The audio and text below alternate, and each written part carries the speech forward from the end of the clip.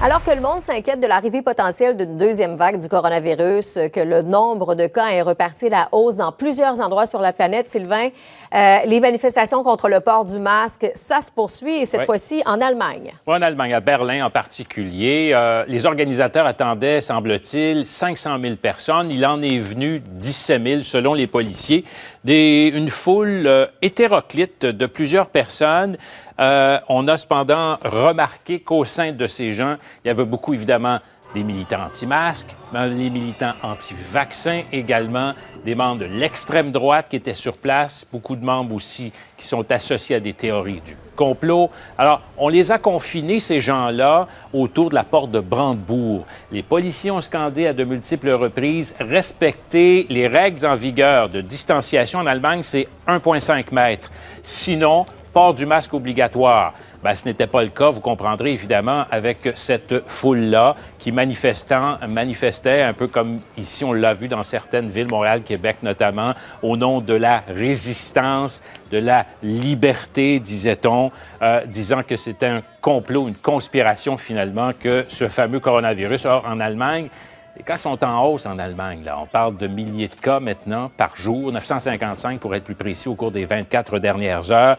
On a réussi à maintenir là, le nombre de morts à près de 9 000, mais quand même, ça repart à la hausse. Il y a une certaine inquiétude. Hein? Aux États-Unis, maintenant, bien, les États-Unis, ça demeure un des endroits les plus touchés au monde, sinon le plus touché. Encore une fois, là, 24 dernières heures, 6 500 nouveaux décès en tout et partout. Sur la journée de vendredi, on a 286 000 nouveaux cas. Alors, les chiffres sont exponentiels. Évidemment, ça, c'est pour la planète. Les États-Unis, 1400 nouveaux morts. Correction, donc, 1400 nouveaux morts pour les 24 dernières heures. Ils trônent en tête, les États-Unis. Ça se poursuit, évidemment. Vous voyez que le port du masque aussi, là-bas, aux États-Unis, fait l'objet, évidemment, de débats, là. La branche américaine de l'application populaire TikTok pourrait être vendue sous la pression de l'administration Trump. Oui, effectivement. TikTok, c'est une application extrêmement populaire, surtout chez les jeunes. Il y a près d'1 milliard d'abonnés.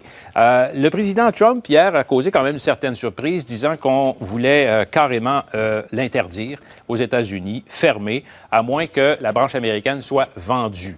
C'est détenu, donc, par ByteDance, la maison mère est chinoise, et là, on craint pour la sécurité intérieure des États-Unis, et en conséquence, on a demandé que ce soit carrément vendu. Alors, on vient d'apprendre, effectivement, que la compagnie mère propose de vendre, c'est de la branche américaine de l'application.